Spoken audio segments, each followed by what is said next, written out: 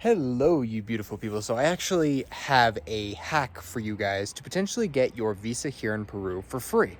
Maybe you want to come and stay for a few days and you don't really want to have to worry about the tourist visa because you're not sure when you're coming and you're going, so you need the visa. Or secondly, maybe you want to stay here full time and you really want to get a visa, but you want to get one that makes sense for you and is cheap. Well, I've got an option for you that is completely free. It could cost you a little bit of money if you get a lawyer involved, but it's completely free to file everything that you need. So what the visa is the religious visa. Let me move back in the sun for you.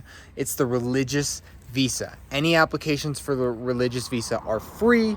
Now, there is a few things that you need that are going to cost money. However, you can get around it with a little bit of forethought and a little bit of like a few different things. So first of all, with every single visa here in Peru, I will get into what you need for the religious visa, but I'm going to go through the general requirements quickly and then I'll get into the religious visa. So the first of all, something you're going to need for every single visa that you're coming here for is first a passport that has at least 6 months left on it. So if you're applying for a visa and you're coming into the country, you just can't enter the country as not a resident without a passport with less than 6 months on it. You can't do it. So if it's 6 months and 3 days, you're fine. Anything less, they won't let you in. So that's the first thing. The second thing you're going to need, which is going to cost you money, I assume you have a passport already and have paid for it if you're trying to come to Peru. The second thing that you're going to need is basically the police system needs to tell you or needs to have some sort of something that shows that you are in good standing with the US. So a lot of people file through the FBI and have it translated. You can do it for free. I was able to get mine done for free. I know people in the police offices in the United States and was able to have a police thing run. My partner actually knows someone who's in the police office. I should be more clear. But yes, so you need basically a document that shows that you're in good standing. You're not a criminal in the US. If you are a criminal, I'm sure there's things you could do, but I'm not in that boat, so I haven't talked to a lawyer about it. So the next thing, and actually the good thing about this visa is you don't have to be in the country to apply for it. So you can actually apply and get accepted or denied before you even leave the country, leave whatever country you're from. Also, this also applies for residents. So you can, instead of applying for a new visa each year, you can just go straight for your residence and come and go as you please. The only problem with the visas and the reason why you might want residence is if you have a visa, you have to spend 183 days there out of the year for it to remain valid. If you are doing a residence, you can come and go as you please once you have the residence. So that's kind of the pros and cons of each. So now let's get into this religious visa. You might be thinking, well, I'm not religious. What do I do? So basically, what the religious visa does is it allows certain people who are nuns, pastors, or missionaries to enter the country in order to spread the word of their religion or whatever. There are certain religions that are recognized and there are certain religions that are not recognized.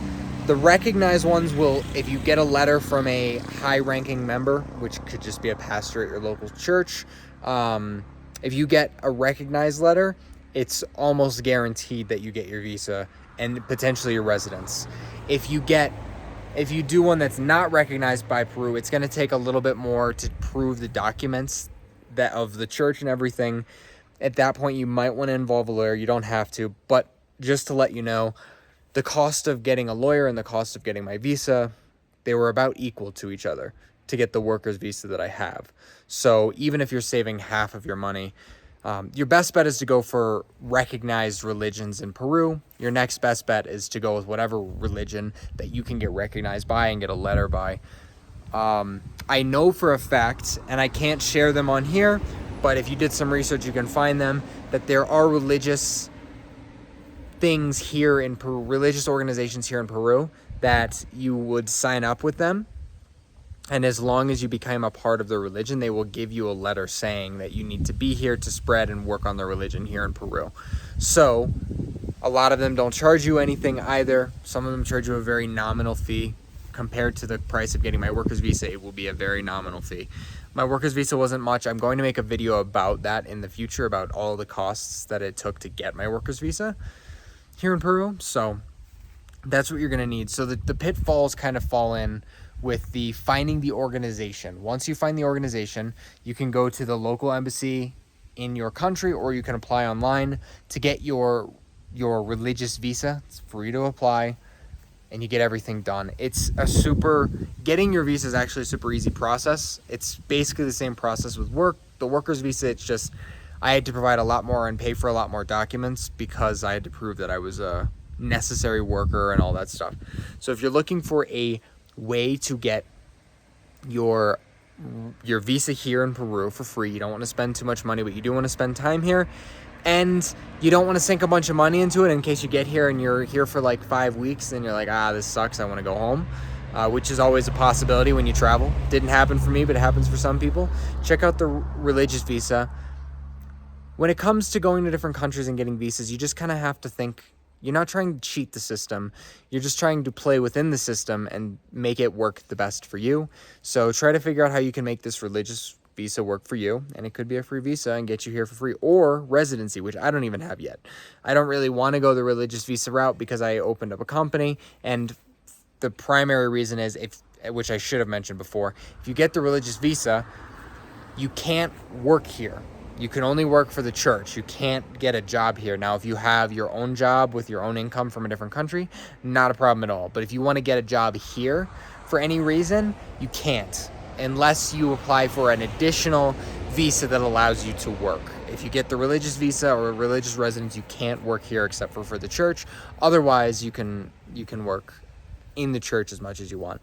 Anyway, I appreciate you guys. I hope this little tip, trick, and hack helps you if you are deciding to come to Peru and you're not sure how long you're going to be here.